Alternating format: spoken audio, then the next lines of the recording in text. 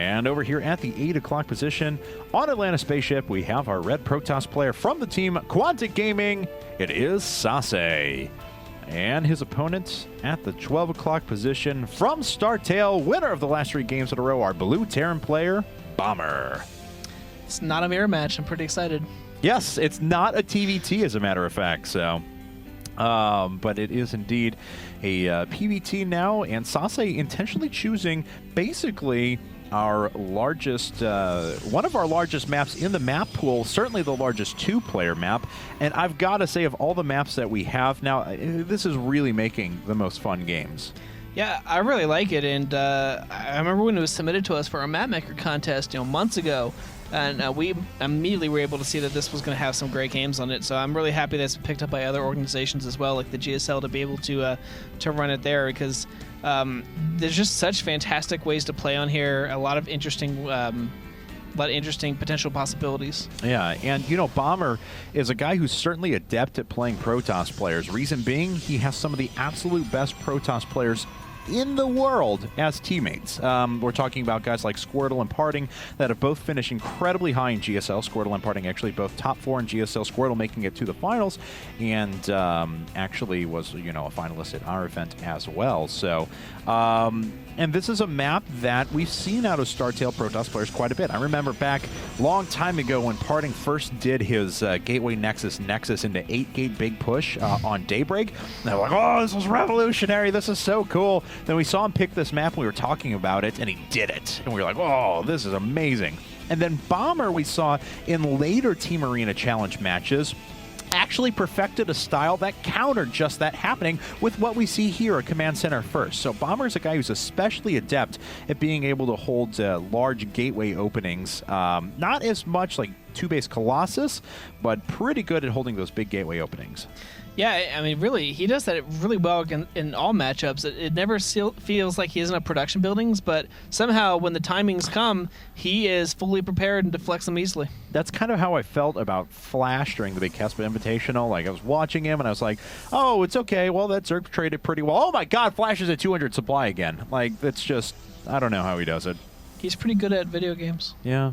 I had to write some flash facts. I don't know if you saw any of those while the Invitational was going on. I was publishing some flash facts. Like, Flash doesn't research Stim. He just wills his units to work harder. Interesting. Yeah. Do they lose health still? What's up? Do they lose health? Do they? No. Flash's Marines? Not. No. Of course not. When asked if he wanted to play Bisu or Jaedong, Flash said both. So, yeah.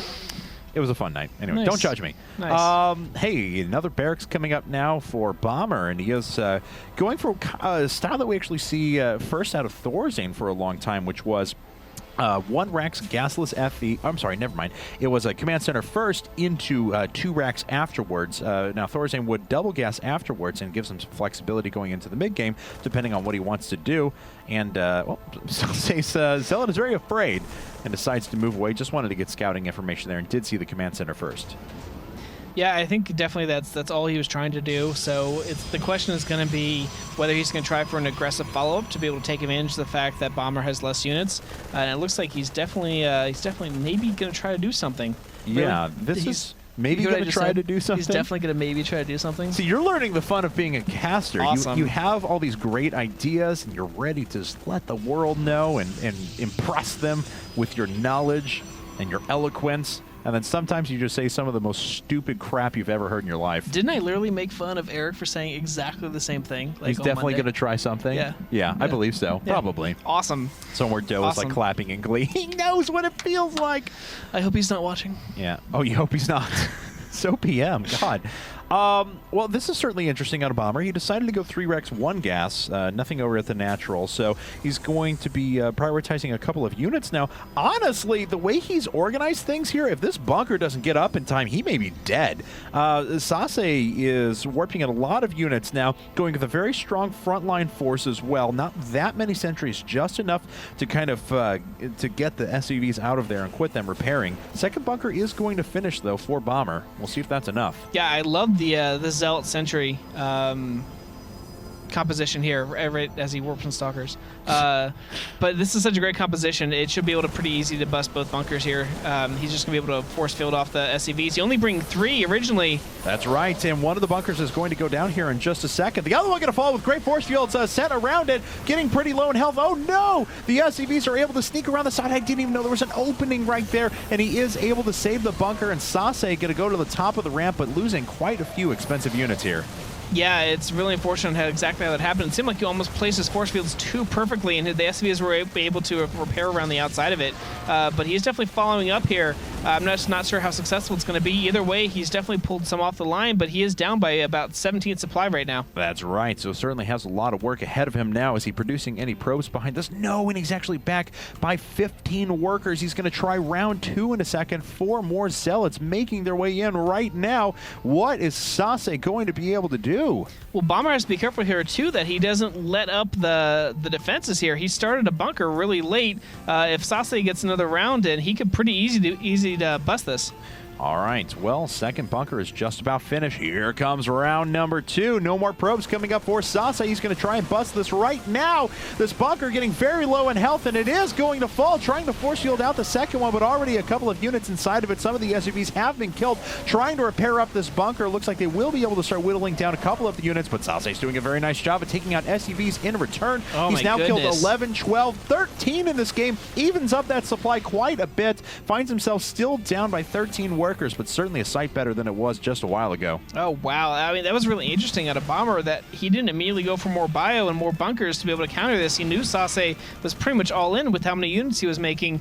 I would have expected more of a bio response from him and be able to just stem and basically kill SaSe in about 5 minutes from now. But this could end up coming back and biting him in the butt.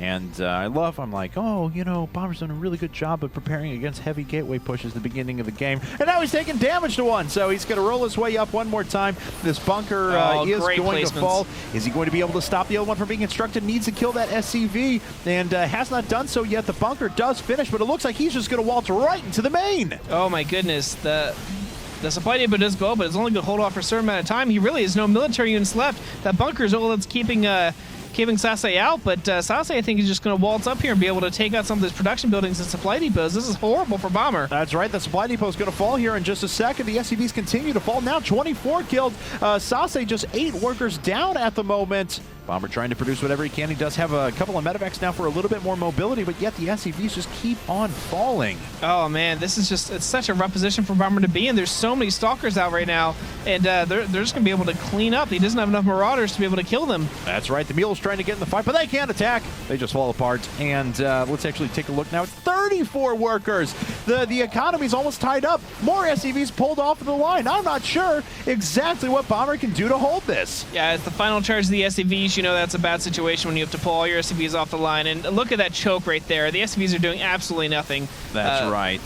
Didn't even bother to mineral walk them. I think that's pretty much a sign from Bomber that he's over. Ordinarily, I'd expect him to mineral walk him down and attack in the middle. But yeah, I think this is pretty much over for Bomber here.